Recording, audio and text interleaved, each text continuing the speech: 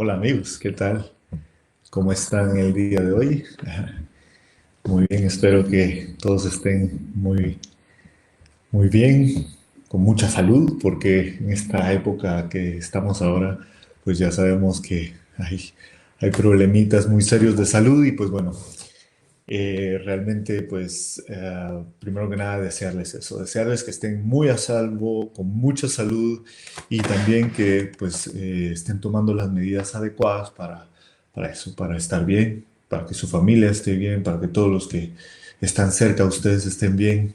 Y desde aquí de Granada, pues eso, deseándoles mucha salud y pues agradeciéndoles mucho por estar aquí con nosotros en este webinario que hemos preparado para ustedes, precisamente para hablar del tema que a nosotros nos apasiona, un tema que realmente hemos venido trabajando ya, bueno, más a nivel de público, de cara a la gente, de hace 2 años y medio, pero que venimos trabajando desde hace muchísimo tiempo en el laboratorio, desde la ciencia y pues bueno, desde la ciencia aplicada también, yendo a los colegios, trabajando con niños, trabajando con profesores y bueno, ahora pues este es el tema precisamente que queremos traer para hoy. Un tema muy apasionante, muy interesante, que realmente es algo que ahora pues está muy en boga porque realmente la neurociencia ya ha llegado al punto en el que puede aportarnos muchísimo valor, muchísima información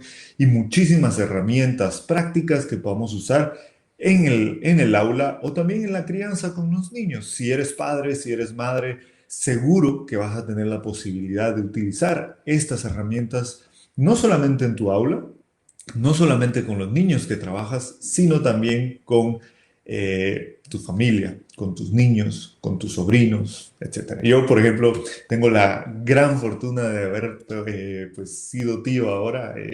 Mi primer sobrino nació en noviembre del año pasado. Estoy enamoradísimo de él. Se llama Julián y la verdad es que todo lo que he ido aprendiendo durante todos estos años he ido empezando a ver cómo él se va desarrollando, etcétera. Así que la verdad es que es un tema apasionante y para todos aquellos amantes de la educación, de la crianza, el desarrollo de los niños, pues hemos preparado este webinario con mucho gusto, con mucho cariño para todos ustedes. Así que muchísimas gracias a todos los que se están integrando ahora el webinario, tanto desde la aplicación como desde Facebook. En Facebook también estamos transmitiendo, así que si hay alguien que no puede entrar en la aplicación o si hay alguno de ustedes que conoce a algún amigo que no ha podido entrar en la aplicación, pues que entren en Facebook porque ahí estamos transmitiendo directo. De todos modos, si no lo pueden ver, después vamos a dejar el reprise también en YouTube, en nuestro canal de YouTube para que lo puedan ver. Y bueno, muchísimas gracias a todos los que ya están aquí, Andrea, Angélica, Maribel, Tian, Candice McDonald, Candice de Guatemala, muchos saludos, qué gusto oírte. Carlos Rosas, Constanza, Eunice, Francisco de Jesús, Irma, Lisette, María, otra María, María Alejandra, Marisol, Olga, Enguita y Soraya. Pues muchísimas gracias a todos. Gracias. Mira, Carlos Rosas desde Chile. Genial, perfecto. Muchísimas gracias por estar aquí con nosotros desde tan lejos. La tecnología es extraordinaria porque nos viene a conectar a todos. Así que muchísimas gracias. Desde Ecuador nos saluda María Alejandra. Mira, qué bien. Pues muchísimas gracias a todos por estar aquí. Hoy les pues he tratado de preparar esta píldora educativa muy breve, muy condensada de lo que es precisamente cómo podemos aplicar la neurociencia a la educación. Mira, Eunice dice también de Guatemala, genial. Yo soy de Guatemala, así que estoy muy contento de poder tener a mis compatriotas aquí, a mis compatriotas latinos y a todos los que nos acompañan desde España. Pues muchísimas gracias por estar con nosotros. Y bueno, para entrar en materia desde ya, vamos a empezar. Vamos a hablar en este webinario, básicamente va a ser muy corto, vamos a hablar de qué aporta la neurociencia a la educación. Algunos de ustedes ya nos han escuchado mucho hablar de esto, pero vamos a condensarlo básicamente en tres puntos claves en este momento. Vamos a hablar de tres puntos claves que son los generales, que básicamente son los que nos aporta la neurociencia a la educación. Este tema es muy interesante y muy apasionante, como te digo, porque personalmente les voy a contar aquí ya algo más personal. Les voy a contar un poco por qué me interesó entrar a este mundo, por qué fue que me interesó este tema. Y no es simplemente por el hecho de la curiosidad científica, la curiosidad de ver qué pasa allí en el cerebro de los niños cuando se desarrollan, sino que realmente también tiene algo muchísimo más personal. Cuando yo era niño, muchos de ustedes se podrán recordar de esta película, ¿no? Mi pequeño angelito, ¿cómo se llamaba así, no? Mi pequeño angelito, no. El de, sí, bueno, este del niño travieso, ¿no? Todos nos podemos recordar de eso. Pues cuando yo era niño, ahí está mi foto de niño, pues era un niño, eso, normal, común y corriente, con mucha energía, con muchas ganas de vivir la vida, vamos, de jugar, de aprender, pero muy curioso, pero más que nada muy activo, ¿no? Y muy travieso. Y evidentemente, pues eso en los colegios en los que estuve en aquella época, si se acuerdan de nuestra educación, y creo que esto se puede eh, aplicar a muchos países, ¿no? Que nuestra educación antiguamente pues era muy rígida, muy estructurada, todavía sigue siendo así, pero un poco más, pues ya afortunadamente está cambiando, pero bueno, en aquella época nuestra educación era así muy... Yo estaba en un colegio como que muy, sí, muy, digamos, cuadrado, ¿no? Y no encajaba realmente en ese sistema. Eh, Iba muy bien en mis clases, pero mi conducta no era la más adecuada, ¿no? Y claro, al final, cuando llega uno a ser adolescente y uno tiene todas estas energía, toda esta ganas de moverse, ganas de hacer cosas, pues normalmente lo que pasa es que no tienes, pues, cabida en un sistema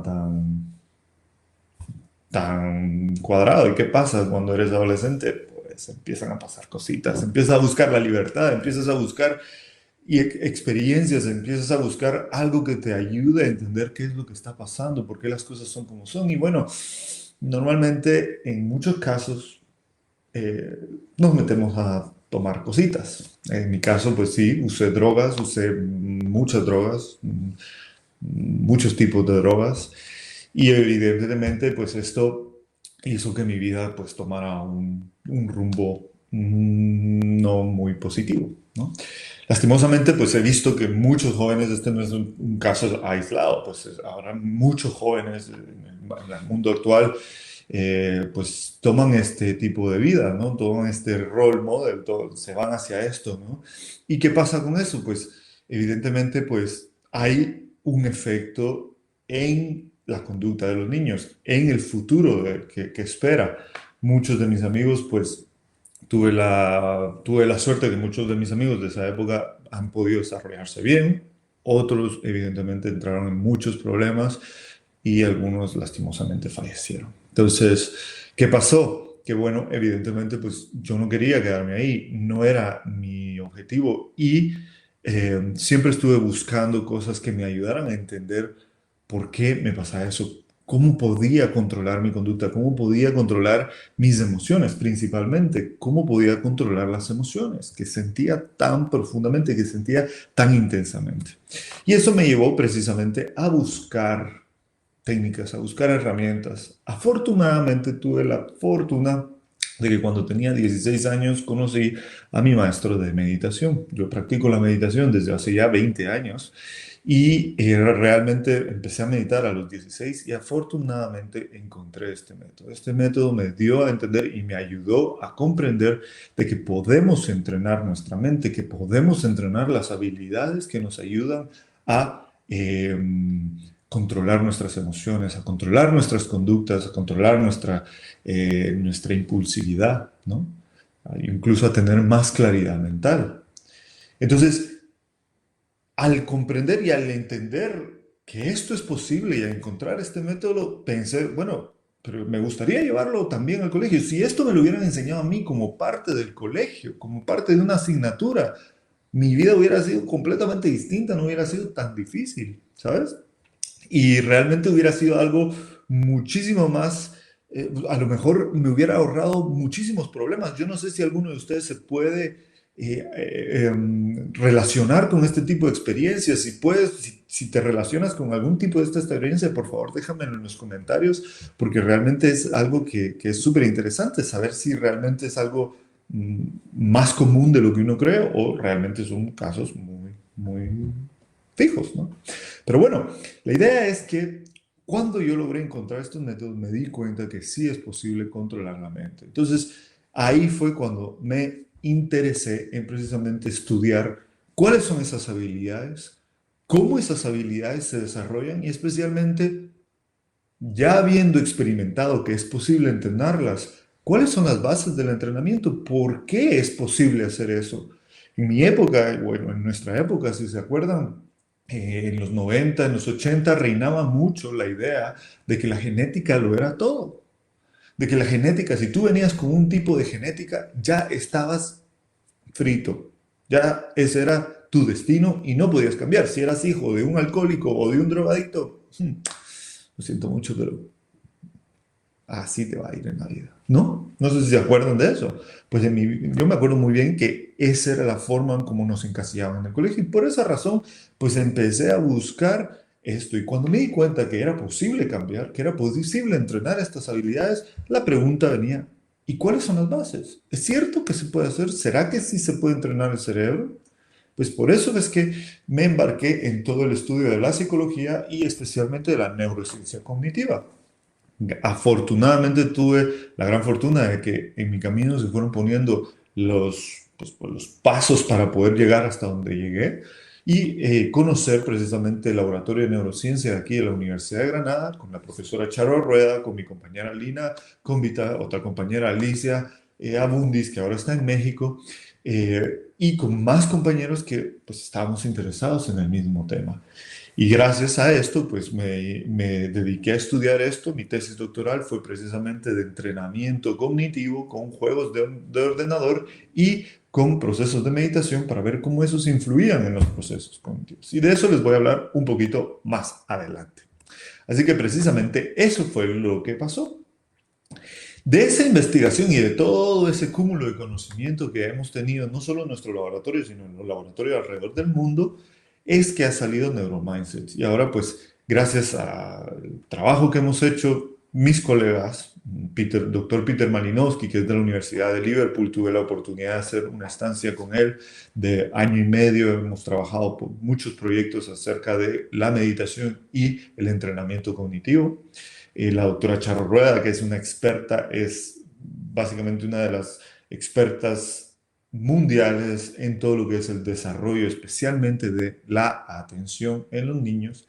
Lina Cómbita, que bueno, muchos de ustedes la conocen, mi gran amiga, mi gran colega, que trabajamos juntos en este proyecto tan ilusionante de Neuromindset. Ella se enfocó mucho en estudiar todo lo que es la interacción entre genética y medio ambiente y también cómo el entrenamiento es influido por estos dos elementos y yo principalmente que me enfoqué en lo que es entrenamiento en sí mismo. Así que de aquí es donde viene todo. Como les comento, la investigación que hemos hecho pues se basa principalmente en entender estos cuatro elementos principales. ¿Cómo se desarrolla el cerebro de los niños? ¿Cuál es la relación del desarrollo del cerebro con cómo se manifiestan las funciones ejecutivas en la vida de los niños y en la vida pues, de los adolescentes y adultos? Pues bueno, las funciones ejecutivas, que son las habilidades mentales, que son la base del aprendizaje, la inteligencia, la regulación emocional y, como vamos a ver más adelante, incluso el éxito financiero de las personas. Y después abajo, pues vemos cómo hay factores que influyen para bien y para mal, al desarrollo de estas habilidades y a la maduración del cerebro. Como les dije, pues, factores genéticos, también factores socioeconómicos y programas educativos, cómo estos pueden influir a un correcto desarrollo del cerebro. Y por último, cómo entrenar estas funciones. Esto nos ha ayudado a precisamente poder hacer herramientas prácticas que ahora a través de Neuromindset ponemos a servicio de todos ustedes. Así que bueno, Para empezar, bueno, y todo esto que les voy a contar ahora, todo lo que viene acá, va a ser parte de la segunda edición de nuestro curso El Cerebro Ejecutivo. Este es un curso completamente online. Son 30 horas de educación continua y por las 30 horas tienen el derecho de optar a un diploma que equivale o un certificado que equivale a 3 créditos o 3 créditos STS hablados por la Universidad de Granada. Este curso comienza en 2 semanas, el 30 de marzo, y solo hay 40 plazas. Así que si la información que les paso ahora es muy interesante para ustedes y les interesaría continuar aprendiendo más, profundizar más en todo esto, les recomiendo mucho que vayan a este curso. Más adelante les dejo la información, les voy a dejar el link para que puedan ir a ver el curso y puedan profundizar más en la información. Pero ahora les voy a presentar algo un poco más general para que puedan ver qué es el beneficio de la neurociencia a la educación. Porque bueno, ahora hay mucha información y bueno, nosotros la hemos querido condensar en principios, en cosas muy prácticas, muy sencillas, principios claves que puedan ir aplicando muy fácilmente a su aula. Entonces, precisamente, ¿cómo hacer esto? ¿Qué es lo que aporta la neurociencia a la educación? Pero antes de todo esto, me gustaría hacer una reflexión general, porque si en nuestro caso, en nuestra época, imagínate con lo que te conté, en nuestra época, nuestro mundo no era tan caótico, no era tan rápido, no tenía tanta información como ahora, pensemos en el mundo moderno. ¿Por qué es importante aplicar esta información en el mundo moderno? Y eso, la pregunta clave es, ¿cómo describes el mundo actual? ¿Lo hacemos como antes? O sea, yo me recuerdo todavía que cuando no teníamos teléfonos móviles, todavía pues teníamos la posibilidad de estar desconectados, podernos ir al bosque. Yo era Boy Scouts cuando era muy pequeño y podíamos ir al bosque sin tener que estar pensando quién me va a llamar, responder mensajes, etcétera. Teníamos nuestra atención para nosotros y para lo que quisiéramos. No había nada que nos estuviera robando la atención a cada momento que nos entra un mensaje. Entonces, ¿cómo describes el mundo actual? Básicamente, yo lo describo así. Un mundo muy rápido, un mundo con mucha estimulación, un mundo en donde a cada rato te están bombardeando, a cada rato están tratando de capturar tu atención, porque claro, es nuestro recurso más, eh, más escaso. Si vamos a la teoría económica, entre más escaso un recurso, más valioso. Y en nuestro caso, nuestra atención es un recurso sumamente limitado. Por eso es tan valioso. Y por eso toda la publicidad, la neuromarketing y todo está tratando de capturar nuestra atención. Ahora la pregunta que te hago a ti es, ¿te dejas capturar la atención o puedes controlar tu atención? Esa es una pregunta sumamente interesante de hacernos porque si nosotros como adultos no estamos, no somos capaces de controlar nuestra atención, de tener el control de nuestra atención, imagínate los niños.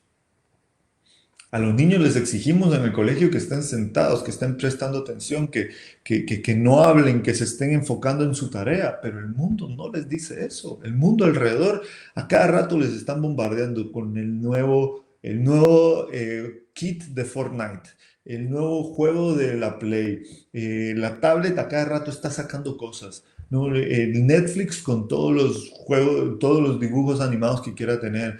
Vas en la calle y un montón de estimulación por todos lados.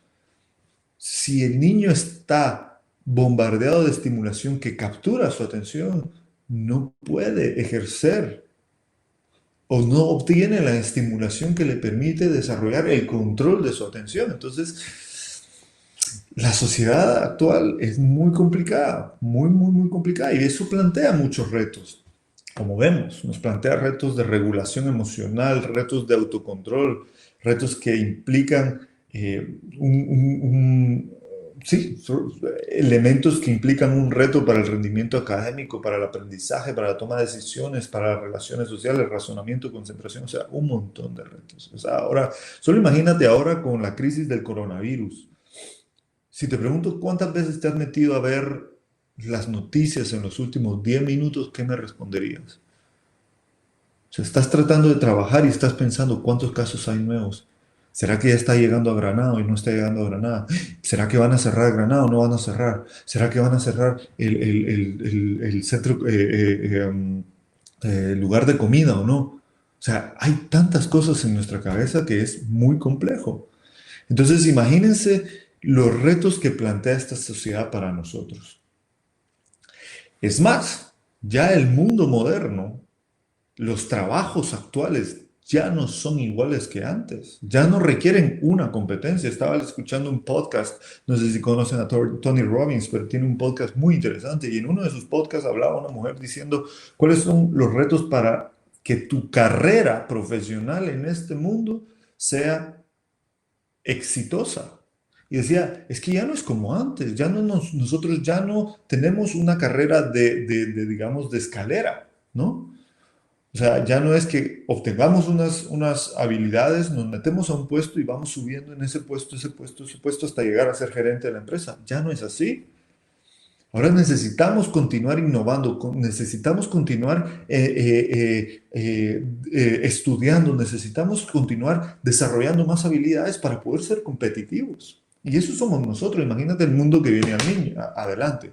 Por eso es que el año pasado fuimos en el South Summit, que es un convenio muy, sí, es un evento muy grande de startups aquí en España. Hubo una ponencia o un taller que se basaba en esta pregunta: ¿cuáles son las habilidades a desarrollar para que los niños sean exitosos en el siglo XXI? Para que las personas tengamos éxito en la era moderna. Y básicamente no eran habilidades técnicas, no era conocimiento de programación, no era que conocieras un estilo de programación, no era que conocieras una herramienta, que fueras especialista en análisis de datos, que fueras especialista en, evaluación de personal, ¿no?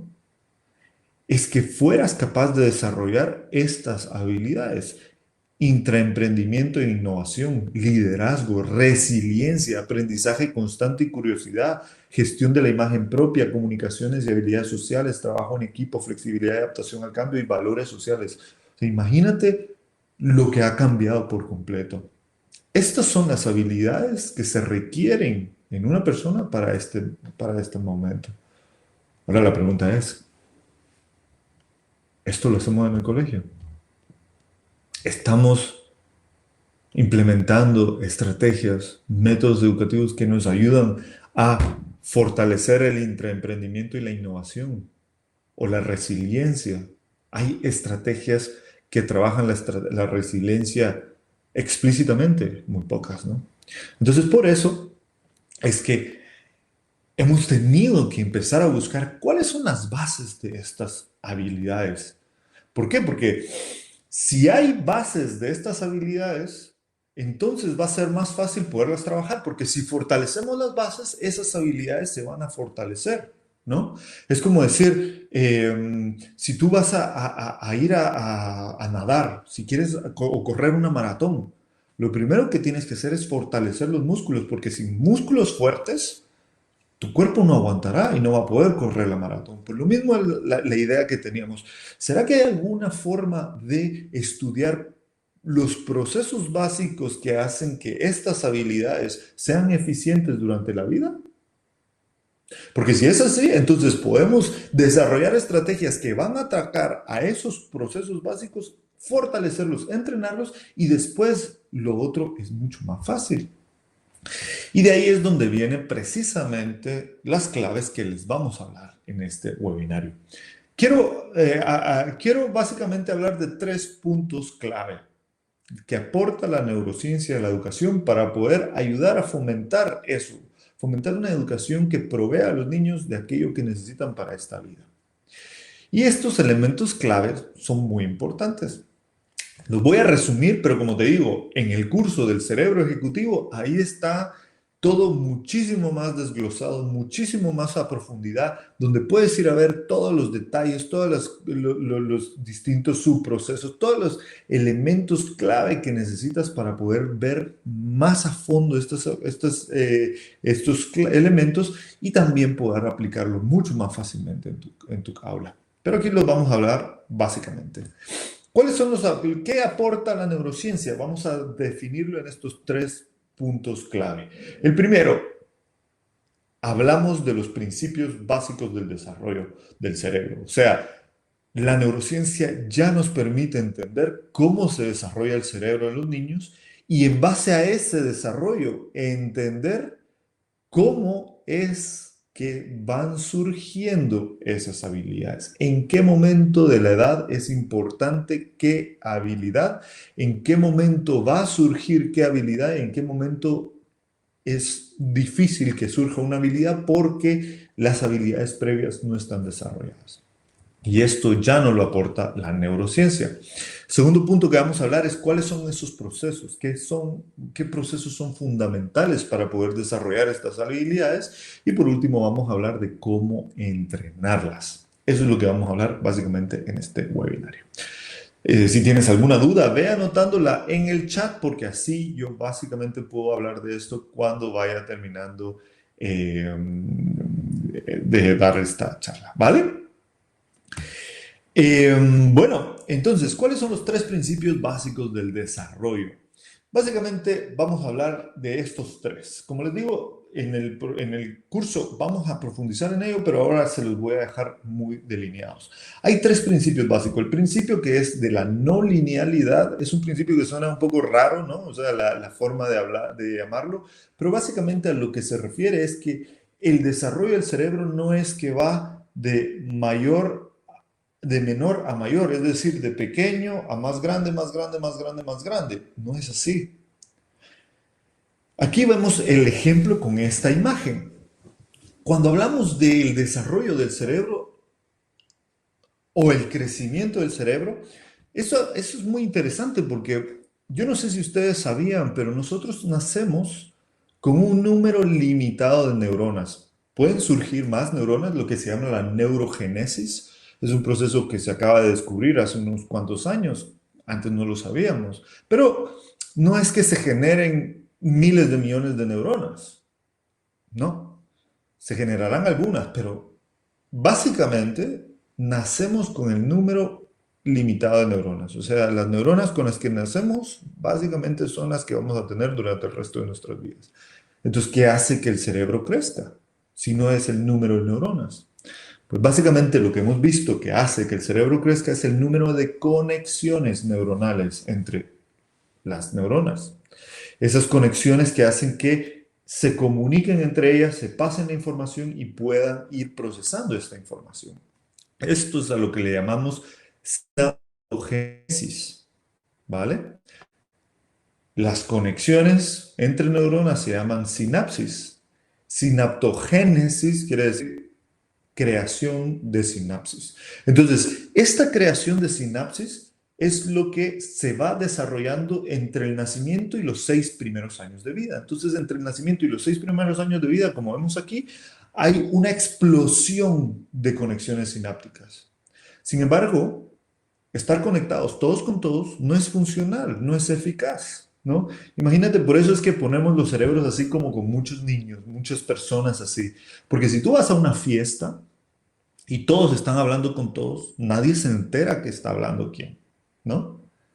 Date cuenta cuando vas a una fiesta de tus amigos, ¿qué es lo que pasa? Se forman grupitos, naturalmente. Se forman grupos y esos grupos empiezan a interactuar entre ellos y tú puedes ir saltando de un grupo a otro y puedes ir escuchando y te enteras. Ah, este grupo está hablando de esto, de esto, ¿no? Pues eso es lo que pasa después de los 6 años. Después de los 6 años pasa una cosa que se llama la poda sináptica. Y la poda sináptica es que el cerebro quita las conexiones que no necesita, ¿vale? Entonces al principio el cerebro explota de conexiones y después va quitando las conexiones que no necesita. Porque eso requiere mucha energía. Mantener una conexión requiere mucha energía a nivel biológico para el cerebro. Entonces el cerebro no necesita gastar energía por gusto. Entonces quita esa conexión. ¿De qué depende que una conexión se mantenga o se quite?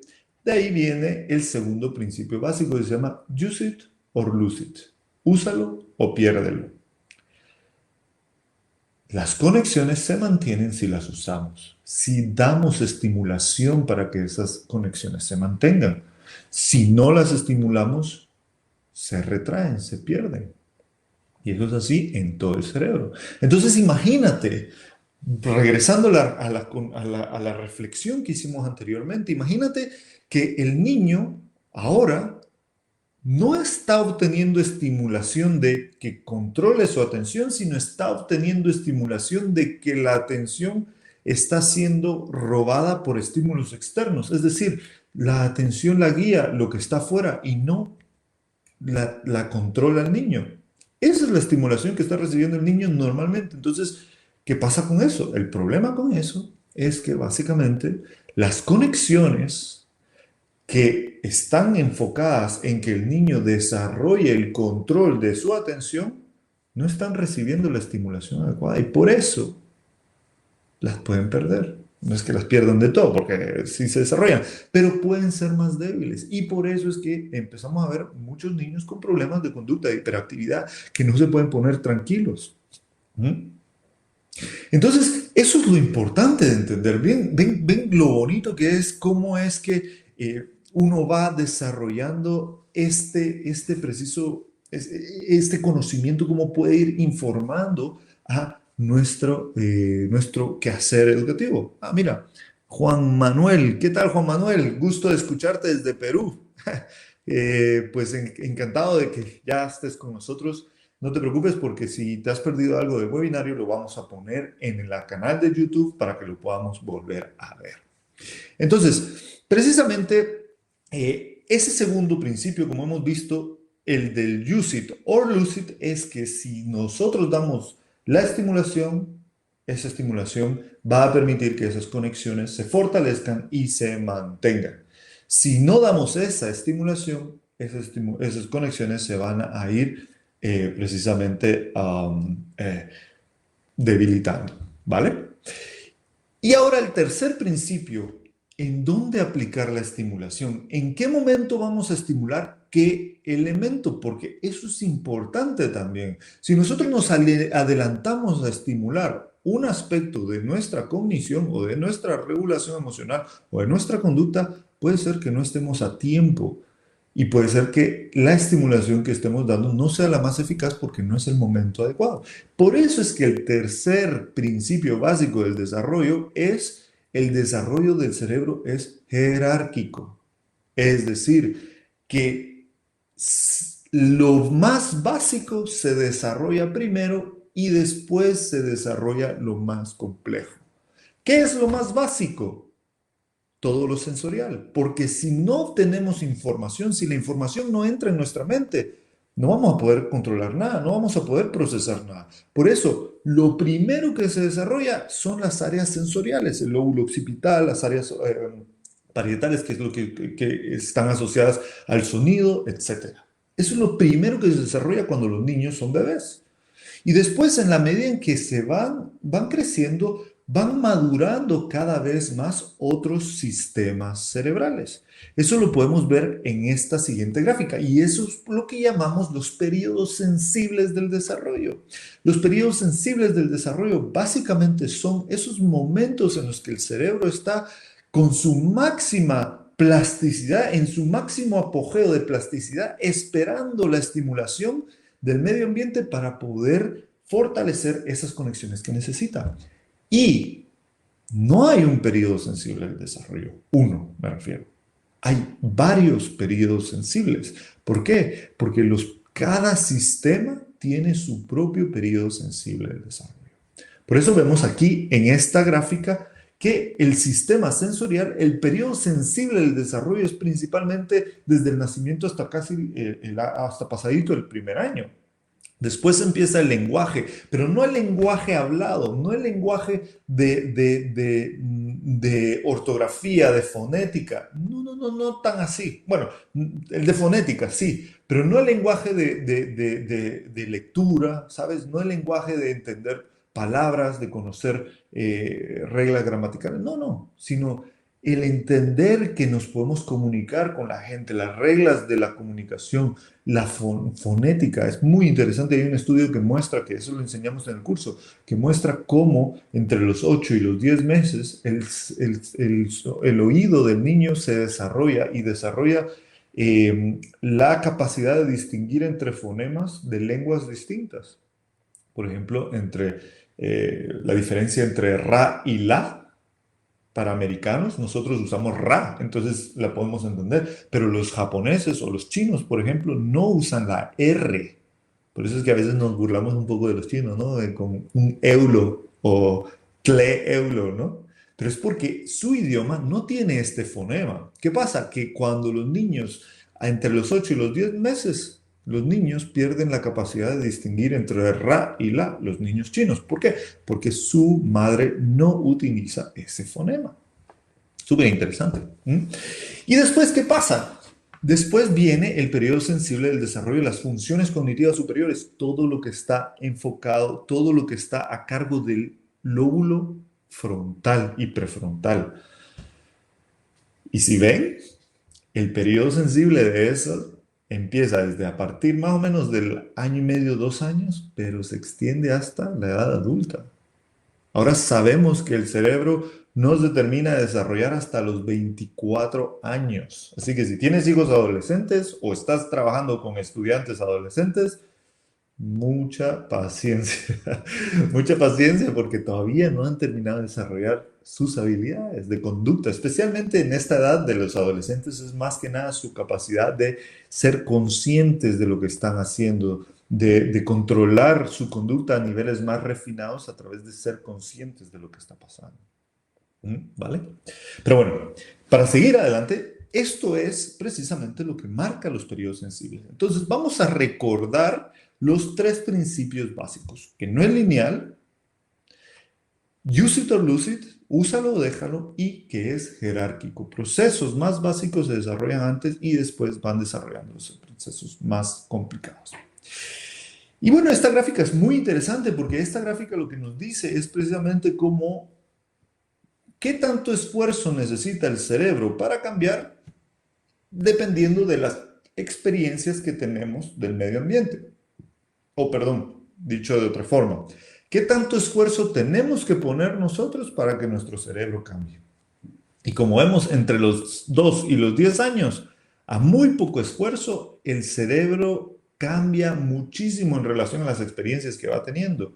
Y esto llega hasta más o menos los 30 años, o sea que para los que ya estamos más arriba de los 30, pues bueno, hay que poner un poquillo más de esfuerzo. Lo interesante de todo esto es que, mira, nunca para. El cerebro siempre mantiene su capacidad plástica.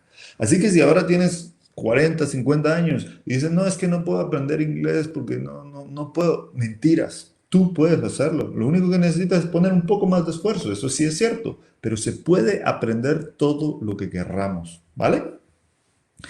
Segundo principio. Segunda clave de qué aporta la neurociencia a la educación. Pues entender cuáles son esos procesos fundamentales. Eso es muy importante. ¿Por qué? Porque antes, cuando estudiábamos la conducta desde la psicología, como no teníamos acceso al cerebro, lo único que nosotros podíamos ver era estimulación y conducta.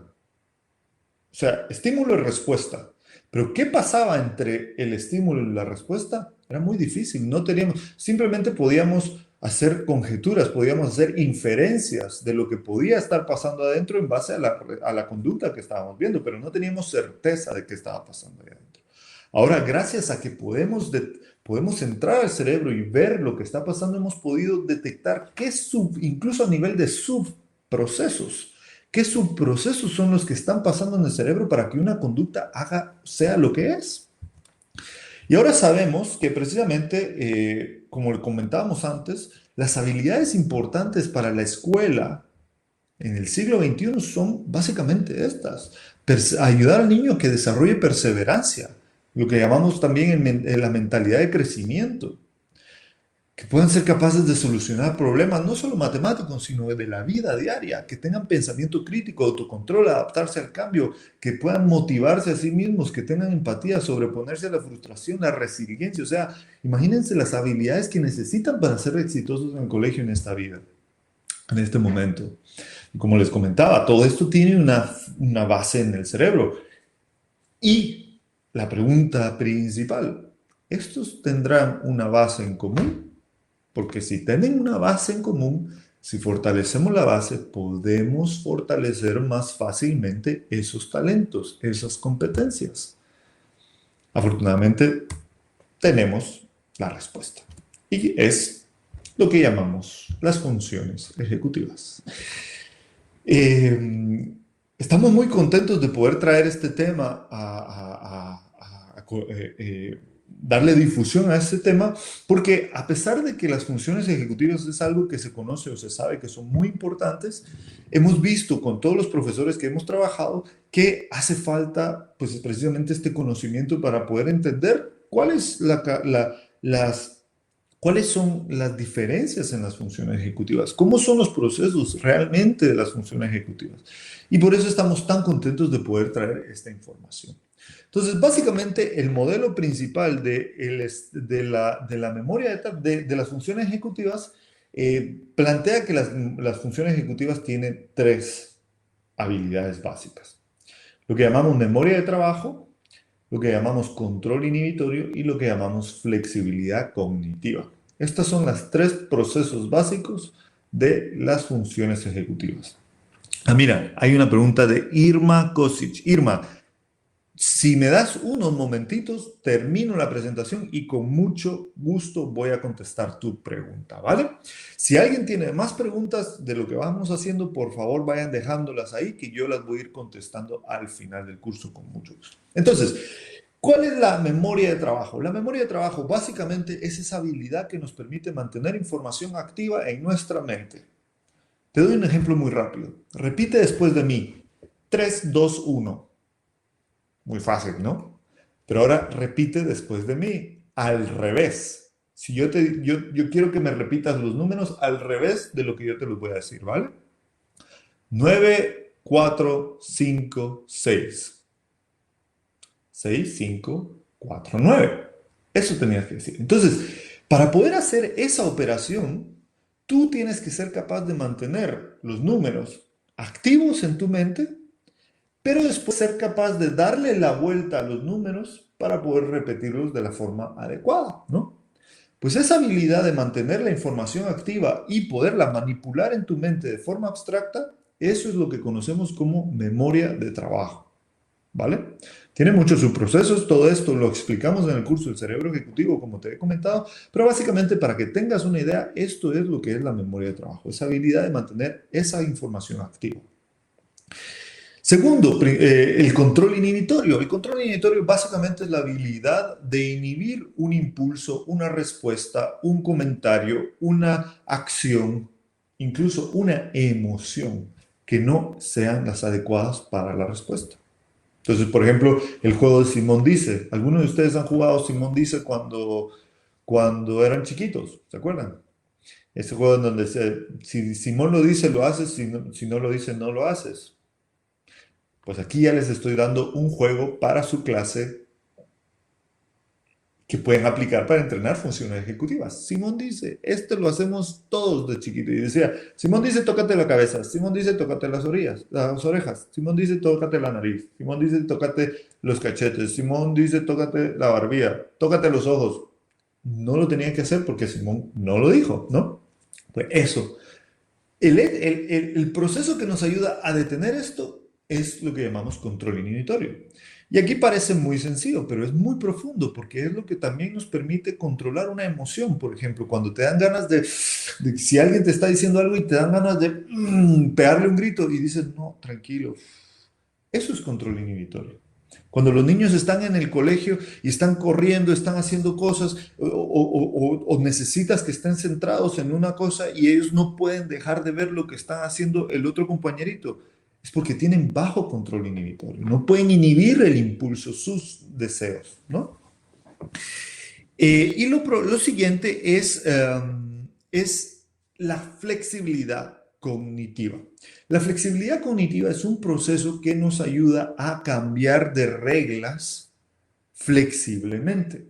Este es un proceso un poco más complejo porque lo que requiere es que tengamos activas las reglas, memoria de trabajo, que podamos seguir una regla, pero cuando esa regla ya no sirve, sino que tenemos que usar esta, tenemos que inhibir esta regla y cambiar a la otra. Por eso es que es un poco más compleja y se basa en el funcionamiento adecuado de la memoria de trabajo y el control inhibitorio. La flexibilidad cognitiva, ¿cómo se ve en la vida? Pues, por ejemplo, cuando tú vas de regreso a tu casa, ¿eres capaz de dejar el trabajo en el trabajo? ¿O te llevas el trabajo a la casa? Eso es flexibilidad cognitiva.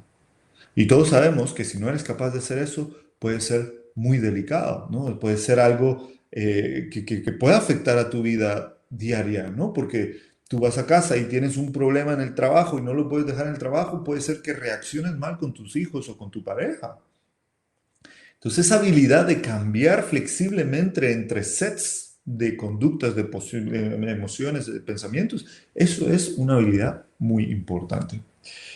Precisamente, un nuevo modelo que está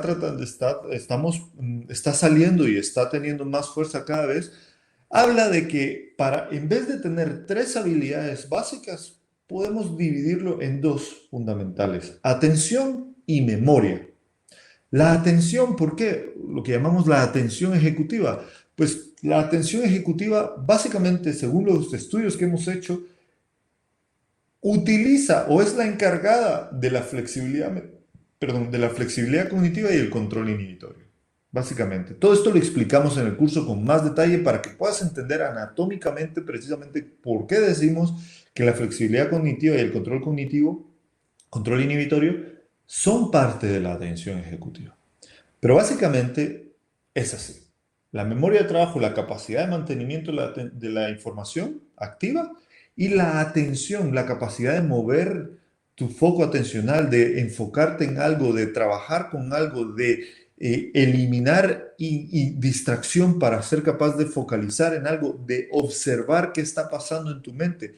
Todo esto es el mundo de acción de la atención, ¿vale? Es muy importante.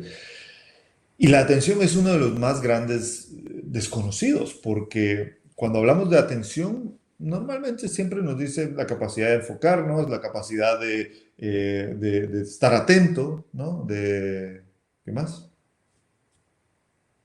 Focalizar, concentrarte. Pero hay muchos elementos de la atención que no tienen. Por ejemplo, la capacidad de regular tu estado de activación. Esto es muy importante.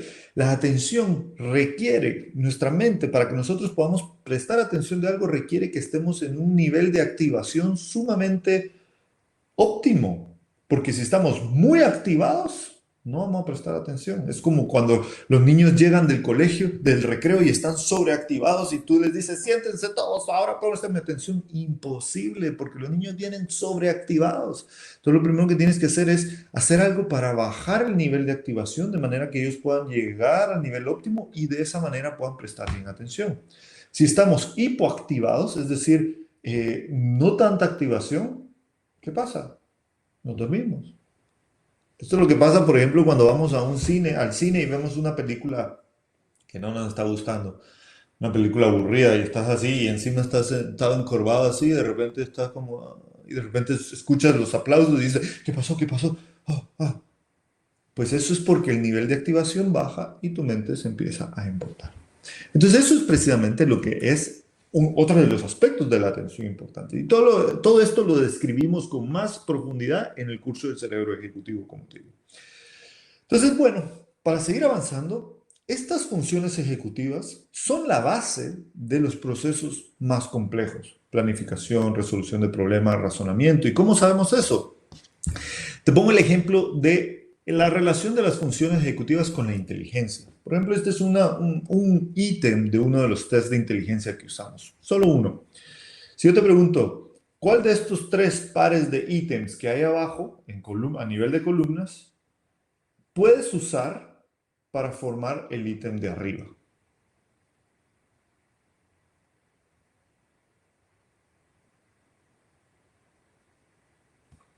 Entonces la respuesta rápido, porque así vamos caminando, pues este. ¿Mm? ¿Por qué? Porque lo único que tienes que hacer es poner el triángulo amarillo sobre la esquina inferior, sobre la esquina derecha o hacia la derecha y ya está. Pero date cuenta de lo que estás haciendo en tu mente. Tú tienes que primero ver el cuadro objetivo, el objetivo que es el cuadro de arriba. Después comparar y coger los pares de elementos que hay abajo y tienes que manipularlos en tu mente de manera para ver cuál casa con cuál y después ser capaz de comparar eso con el objetivo. Si dices, ¿este funciona? No. Bueno, vamos a moverlo así. ¿Este funciona? No. Vamos a moverlo así. ¿Este funciona? Y todo en tu mente. Pues eso es puramente memoria de trabajo porque necesitas mantener activa la información de objetivo y lo que está pasando para manipularlo. Control inhibitorio, ¿por qué? Porque tienes que evitar ser impulsivo y decir, ah, no, la A, ya está. O la B, ya está. ¿No? Tienes que ser capaz de realmente coger las cosas, evitar las distracciones, etc. Entonces, ¿cómo ves?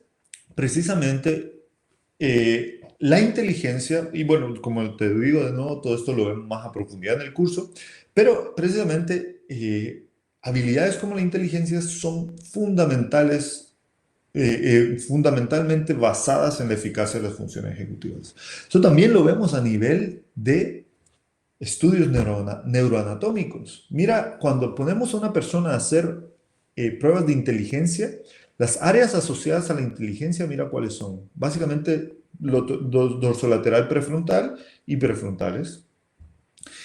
¿Y cuáles son las áreas asociadas a la función, a la atención ejecutiva? A ver si puedo pintar algo aquí. Quiero ver. Ajá. Aquí está. Ahí está. Mira. Mira aquí. Y mira aquí. ¿Ves? Mira aquí. Mira aquí. ¿Ves? Esta área de aquí. Ah, interesante, ¿no? Pues bueno, eso nos da a entender que si hay áreas o procesos que utilizan áreas similares, pues básicamente lo que es que precisamente eh, utilizan procesos similares. Entonces es muy interesante esto. Por eso es que la neurociencia nos está dando mucha información interesante. Y ahora, por último, para ya ir terminando, ¿cómo entrenar las funciones ejecutivas? Pues bueno, básicamente esto, como te comento, esto es lo que hemos ido estudiando en nuestro laboratorio y pues te voy a comentar rápidamente algunos de los resultados del entrenamiento. ¿Cómo hacemos este entrenamiento? Pues primero, como sabemos cuáles son los procesos y sabemos qué tareas hemos usado para estudiar esos procesos, pues desarrollamos juegos de entrenamiento basados en esas tareas. Y después también desarrollamos ciertas estrategias, un currículum de acompañamiento para el niño, de manera que pueda ir desarrollando la destreza de conocer para qué funciona su habilidad y también desarrollar juegos que van fortaleciendo esa habilidad. Por ejemplo, el juego de Simón Dice, como te he dicho anteriormente, ¿no? El juego de Simón Dice, un juego que puedes ya, desde ya, usar para entrenar las funciones ejecutivas. Y entonces, ¿qué es el resultado que hemos obtenido? Pues como te he comentado anteriormente, aquí podemos ver el efecto en las medidas de inteligencia.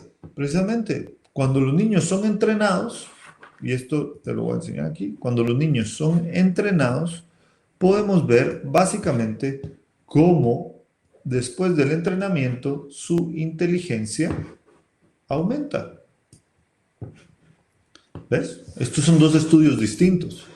Como después de ser entrenados, su inteligencia aumenta en niños de 4 y de niños de 6 años.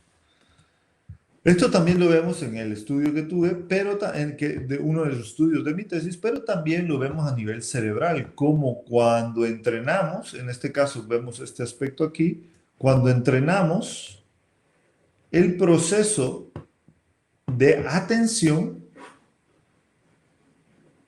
se ve fortalecido, o sea, se desarrolla más, o digamos, lo que nosotros decimos es madura más rápidamente el proceso atencional, pero al mismo tiempo vemos cómo esa maduración del cerebro va asociada a la ganancia en inteligencia. ¿Eso qué quiere decir? Quiere decir que si entrenan las habilidades, se refleja en una ganancia en las capacidades de inteligencia, de razonamiento fluido principalmente. Muy interesante, ¿no? Y todo esto, ¿por qué es importante? Como hablábamos desde el principio, o sea, yo lo experimenté en mi propia vida, como les comento, yo era niño, de hecho una cosa que no les comenté, yo fui diagnosticado con déficit de atención y hiperactividad. Todavía tengo mucha hiperactividad, soy muy activo y a veces procrastino bastante, pero gracias a que yo encontré estos métodos, pude desarrollar mis habilidades para controlar mi conducta y mis emociones y esto me ayudó a cambiar mi vida. De lo contrario, no sé, no creo que hubiera podido hacer un doctorado porque el doctorado requiere mucha resiliencia, mucha regulación emocional, mucha autocontrol. O sea, si alguien de aquí ha hecho un doctorado sabe a lo que me refiero. Pero bueno, así está, así es la cosa. Entonces, ¿por qué? Yo lo experimenté en la vida diaria, pero aquí les voy a enseñar unos estudios que denotan la importancia fundamental de esto. Esto se ve reflejado en muchos distintos reportes que han ido saliendo a partir del 2018 y especialmente este del capital mental y el bienestar mental. Este reporte que salió de Inglaterra, muy interesante, que después salió un resumen de ese reporte en esta revista que se llama Nature. Este artículo que está aquí es un reporte muy interesante y se llama el artículo se llama La riqueza mental de las naciones, cómo los países deben de aprender a capitalizar los recursos cognitivos de sus ciudadanos si quieren prosperar económica y socialmente y que las intervenciones a edad temprana son la clave. Súper interesante, ¿no? Esto viene a hablar de lo que hemos estado hablando, las habilidades del siglo XXI, lo que necesitan los niños en el colegio, pues esto es lo que es. La riqueza mental que tenemos nosotros se desarrolla a partir de nuestras habilidades mentales. Y si podemos desarrollarlas, vamos a poder aportar a nuestra sociedad de forma muy importante. Y esto lo vemos en este estudio. Este estudio es un estudio muy interesante de la doctora Terry Moffitt. Para aquellos que nos siguen, han escuchado nuestras charlas y han visto nuestro canal de YouTube, pues van a ver que tenemos un poco más de información de este estudio porque es uno de nuestros estudios amados. O sea, este estudio es brutalmente interesante y es muy complejo. No va a poderse repetir. ¿Por qué? Porque este es, o va a ser muy difícil repetir un estudio de esta calidad. Porque miren, primero que nada, es con 1000 niños que siguieron desde el nacimiento hasta 32 años, o sea, que siguieron a 1000 niños durante 32 años. Eso requiere muchos recursos, requiere mucha organización, requiere muchas cosas y es muy complejo. Entonces, por eso es que digo, es un estudio único y que es un estudio muy difícil. ¿Qué fue lo que hicieron? Precisamente en este estudio tomaron mediciones de las habilidades de regulación emocional de las funciones ejecutivas, principalmente en niños de 3, 5, 7, 9 y 11 años. O sea, a esas edades, a los 3, a los 5, a los 7, a los 9 y a los 11 años. Y después, esas mediciones las compararon con cómo era la vida, índices sociodemográficos de la vida de las personas, de estos niños, cuando tenían 32 años. Especialmente aquí les voy a presentar dos índices nada más, pero tomaron varios. Pero lo que veían era cómo los índices de autorregulación se relacionaban con las conductas que presentaban cuando eran adultos. Y en este caso, por ejemplo, conductas de riesgo, tenemos una. Primero, vemos cómo los niños, aquí vemos en el eje de la X, que es el eje vertical, aquí, perdón, horizontal, aquí abajo, la puntuación de autocontrol, cómo los niños de bajo autocontrol y alto autocontrol presentaban ya cuando eran adultos puntuaciones de estado de salud. Y aquí, como vemos, dice, básicamente, índice de mala salud se refería a cosas como obesidad, como colesterol alto, como diabetes, etc. Vemos índice de abuso de sustancias, adicción a pastillas y adicción a sustancias. Abuso de sustancias aquí principalmente era eso, pastillas para la ansiedad, para el estrés, etc. Y abuso de sustancias básicamente es abuso de drogas, conductas de riesgo. Y vemos cómo los niños que cuando eran pequeños tenían un autocontrol alto, presentaban menos problemas a los 32 años. Menos problemas de mala salud, menos problemas relacionados con abuso de sustancias y adicción a sustancias. En cambio, los niños que tenían bajo nivel de autocontrol cuando eran niños, ¿cómo presentaban ellos más problemas de salud, más problemas con abuso de sustancias y más problemas de adicción a las sustancias? Esta es otra gráfica que representa, digamos, estas dos líneas y estas tres líneas representan exactamente lo mismo, pero en distinto, digamos, explicados de distinta forma. Por un lado vemos, cuando vemos estas tres gráficas de acá, estas tres líneas, básicamente son lo que es la planificación financiera, el salario y todo a nivel positivo, y lo mismo, pero a nivel de problemas aquí abajo. ¿Vale? Entonces vemos como los niños que tienen bajo autocontrol cuando son niños, de adultos tienen menos salario, menos capacidades de planificación financiera y menos estatus socioeconómico. Y por lo contrario, como les decía, tienen más problemas financieros y más dificultades financieras. Eso se refería a que si tenían préstamos y no los podían pagar, si no podían llegar a fin de mes, etc. Cambio, los niños que tienen mayor autocontrol tienen mayor salario, mayor capacidad de planificación financiera, mayor estatus socioeconómico cuando son adultos a los 32 años y tienen menos problemas financieros. Entonces, como pueden ver, a nivel personal es muy importante, pero también a nivel social. En este reporte ponían esta gráfica que es súper interesante, que es de la población en general. Esto es para los que estamos también interesados en todo lo que es la salud mental. Vemos cómo esta es una gráfica que demuestra cuál es el espectro de la salud mental en una sociedad. Y vemos en esta parte de acá del espectro, como en toda gráfica de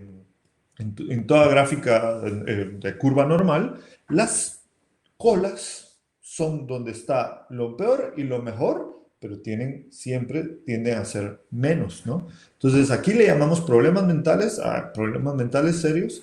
Florecimiento es aquellas personas que se sienten realizadas, que expresan sus máximas habilidades, su máximo potencial.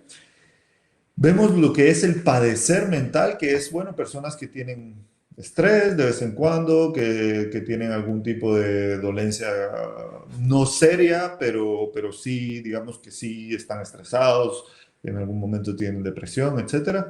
Y normalmente la mayor cantidad de personas nos movemos en este espectro de acá. ¿Vale? Entonces eso sería como una fotografía de la salud mental de una sociedad normal. Ahora, imagínense si somos capaces de implementar estrategias y herramientas que fortalezcan las habilidades que hemos venido diciendo. ¿Qué es lo que pasaría? Pues lo que dice este reporte es que pasaría esto. Seríamos capaces de mover la media de la población hacia la derecha. ¿Eso qué quiere decir? Como vemos aquí, se reduciría la población que está en problemas mentales, se reduciría la población que está en el padecimiento mental, ¿ven? Esta reducción de aquí. Por el contrario, aumentaría el número de personas que llegan a tener florecimiento mental. ¿Vale la pena? ¿Qué dicen ustedes? Por eso es que estamos haciendo tanto esfuerzo en Neuromindset para poder llevar toda esta información y estas herramientas a todos ustedes para que podamos hacerlo desde ya con nuestros niños. Y bueno, esa es la razón por la que hemos desarrollado precisamente este curso del cerebro ejecutivo, en la segunda edición con el Centro del Mediterráneo de la Universidad de Granada. Si están interesados, les dejo aquí el link para que puedan ir rápidamente, espérense, denme un segundito.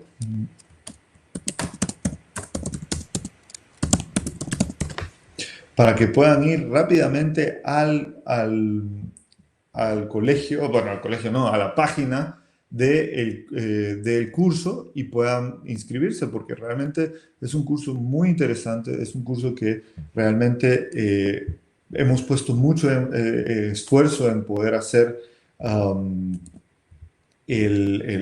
todo lo que es la capacidad, o sea, toda la información de forma que ustedes puedan entenderla y llevarla a su clase. Aquí está, ya. Es que lo había creado antes, pero ahora sí. Aquí está. Y precisamente vamos a tener también herramientas que van a ayudarles. ¿Qué es lo que tiene el curso? El curso, como les comentaba, 100% online. Son 30 horas de educación. Esto les da también 3 créditos de STS avalados por la Universidad de Granada. Comienza el 30 de marzo. Son solamente 40 plazas. Ténganlo en cuenta, son solamente 40 plazas. Y cuesta... ¿qué pasó aquí?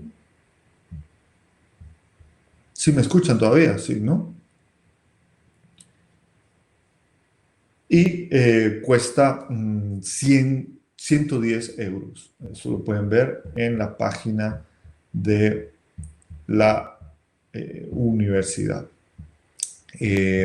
O en la página en la que le mandé. También es posible que puedan pedir, como es parte de la universidad, es posible que puedan pedir becas, pero ya tienen que entrar por un proceso específico.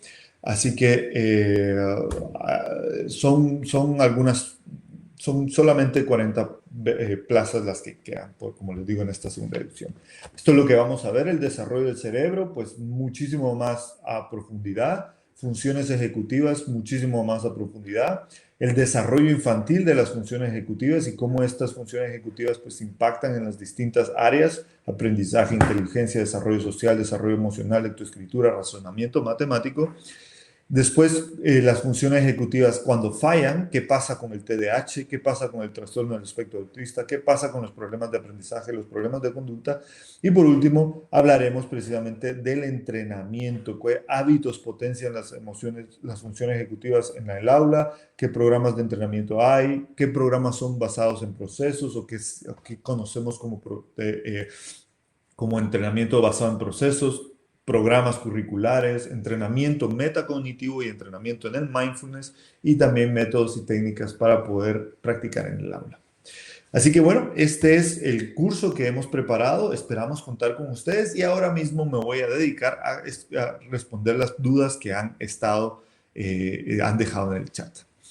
Igma Kosic decía, tenía entendido que en neurociencias ya no se utiliza el término estimulación debido a que el cerebro siempre se está estimulando. No necesitamos hacer algo para que se dé. Los términos que se están utilizando ahora son rehabilitación o intervención. ¿Qué conoce usted de esto? Bueno, es importante, según lo que puedo entender de tu pregunta, creo que esto viene mucho de la parte de la neuropsicología, porque rehabilitación e intervención muchas veces se refiere a lo que es neuropsicología. Y la neuropsicología y la neurociencia son distintas. Son muy parecidas, pero son distintas. ¿Por qué razón son distintas? Porque la neuropsicología básicamente se enfoca en estudiar cuáles son las bases cerebrales de las deficiencias que vemos en la conducta, en las emociones de las personas. Entonces, básicamente ve el espectro de la deficiencia, desde la neurociencia lo que hemos estudiado son cerebros normales de desarrollo normal y qué pasa para que se desarrolle normalmente. Por eso hablamos de estimulación, no hablamos de rehabilitación. Intervención también podríamos hablar, porque claro, la educación es una intervención, un programa educativo es un programa de intervención. Pero a lo que nos referimos cuando hablamos de estimulación es que todo lo que recibimos, tal como bien dices tú, todo lo que recibimos del medio ambiente es una estimulación. Pero podemos nosotros aplicar estimulación eh, diseñada específicamente para algo o, puesto de otra forma, podemos intervenir o aplicar la intervención, la estimulación, con el objetivo específico de estimular un área específica, una habilidad específica para que esa parte del cerebro se fortalezca y se desarrolle muchísimo más eficazmente, digámoslo así. En el caso de la neuropsicología, la rehabilitación es precisamente una estimulación que se enfoca en hacer que la parte cerebral que no funciona del todo bien, pues que logre llegar a un funcionamiento normal. No sé si esto responde a tu pregunta o si alguien tiene alguna cuestión en relación a esto, pues me la dejan en el comentario. Siguiente pregunta. Oh, también Irma Kosic. Perdón, no sé si ya lo dijo y me lo perdí. ¿Qué diferencia hay entre la memoria de trabajo y la memoria para el trabajo? ¿Dónde se almacena cada una en el cerebro? No sé si entiendo muy bien tu pregunta. Memoria para el trabajo. No he escuchado este término yo. Hay memoria episódica, hay memoria a largo plazo, memoria a corto plazo, memoria semántica, pero memoria para el trabajo no lo he escuchado. Pero supongo que lo que es la memoria para el trabajo es pues esa habilidad de recuperar información que necesitas para poder hacer tu trabajo. De ser así, tu pregunta, eso es precisamente una habilidad que es recuperación de la memoria, ya sea memoria semántica o de distintos tipos de memoria, pero este es otro tipo de proceso, no es el proceso de memoria de trabajo. Para tú poder llevar a cabo un trabajo, sí es cierto que tienes que recuperar de tu memoria cierta información, pero la tienes que mantener activa en la memoria de trabajo. A lo mejor lo que confunde es el término memoria, y ahorita mismo no tenemos otro término para referirnos a eso, pero sí no, la memoria de trabajo no quiere decir el hecho de que has guardado información y ahora la recuperas, o esa información que está guardada, no. Memoria de trabajo es la información que está activa en tu mente en ese momento, ¿vale? ¿Cuándo comienza el curso? Como te comentaba, en el 30 de marzo. Sí, es el mismo curso que hubo el año pasado. Este curso, en este año hemos implementado otro módulo más para lo que es todo lo que es el entrenamiento y más estrategias porque hemos ido desarrollando currículums educativos y este año tenemos un elemento especial, incluso para aquellos que ya han cursado el curso en anteriores. Vamos a dar la oportunidad de acceder a nuestra plataforma de entrenamiento cognitivo eh, a los que han hecho el curso.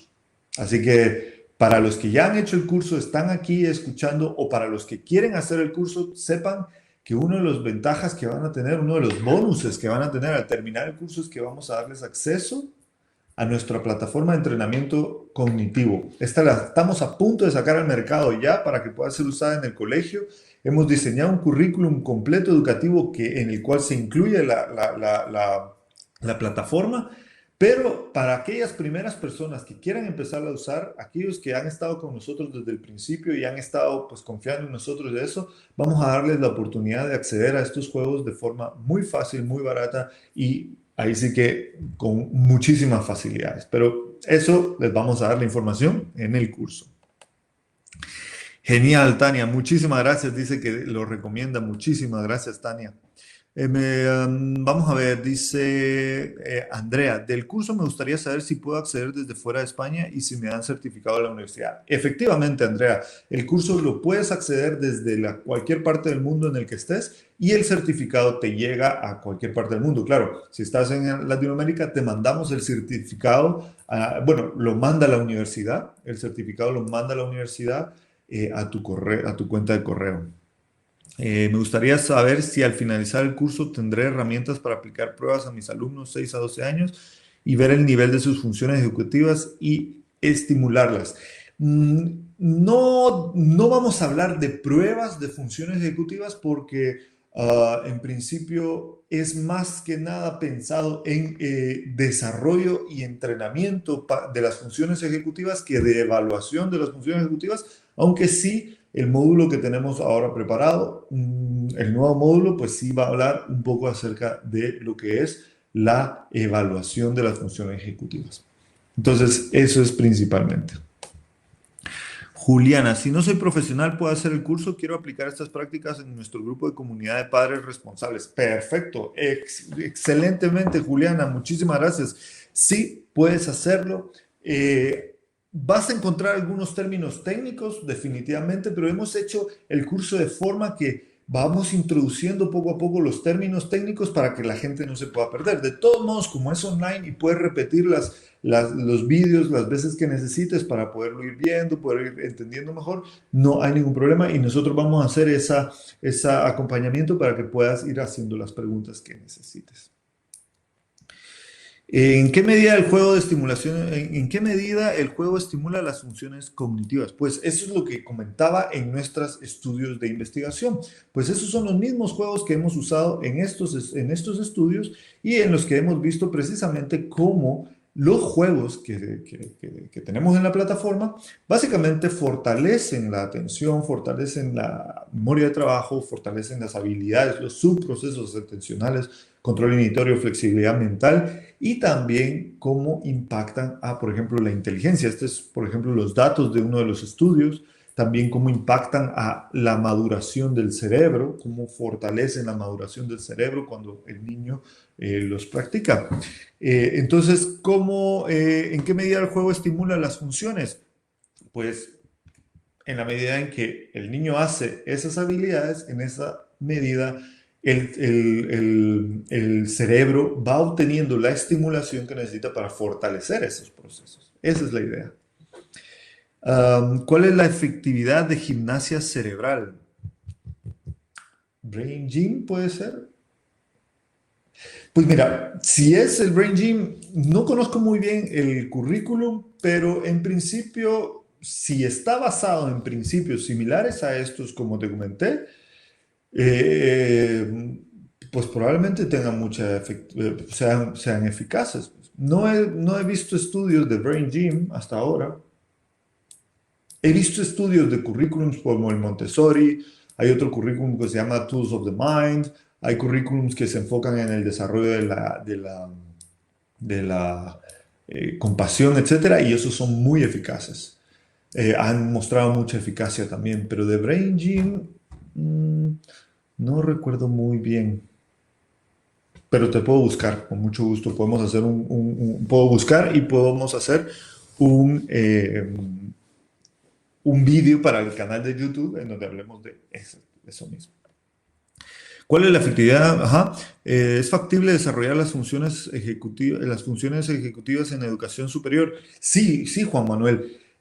Muchas gracias por tu pregunta y efectivamente, como hemos comentado, si vemos la gráfica precisamente del Center for Developing Child de la Universidad de Harvard, eso es lo que precisamente nos dice.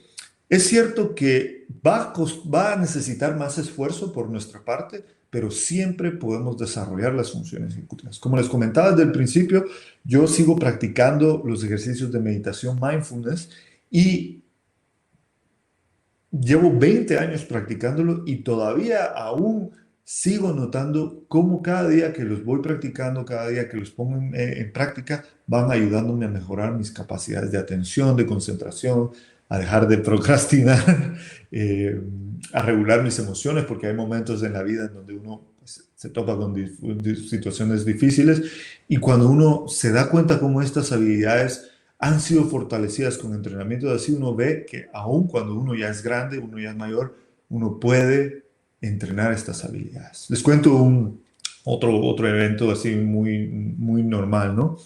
Eh, ese evento pues fue cuando nació mi sobrinito. Mi sobrinito nació y directamente al nacer casi muere. Tuvo 10 días en la unidad de cuidados intensivos y fue un evento muy difícil para nosotros. Ahí pude notar cómo las capacidades de prestar atención, de controlar mi atención, no enfocarme en lo malo, focalizarme en lo que tenía que hacer en el momento que debía de hacer, porque eh, de apoyo a mi familia, pues tenía que estar averiguando cosas con el doctor, etcétera, y no podía dejar que pensamientos de lo malo que le estábamos pasando me ganaran. Entonces tenía que poder controlar mi atención para no focalizarme en eso, sino focalizarme en lo adecuado. Y eso me ayudó muchísimo este tipo de entrenamientos. Juan Manuel, ¿qué estrategias podemos utilizar? Pues hay estrategias, por ejemplo, nosotros promovemos mucho el mindfulness desde el punto de vista de entrenamiento de la atención, porque esa es una habilidad muy importante. Sabemos que tú has hecho el curso del cerebro ejecutivo y también en ese curso vamos ahora a agregar el módulo de entrenamiento y ahí vas a poder obtener esas estrategias y lo vas a poder hacer.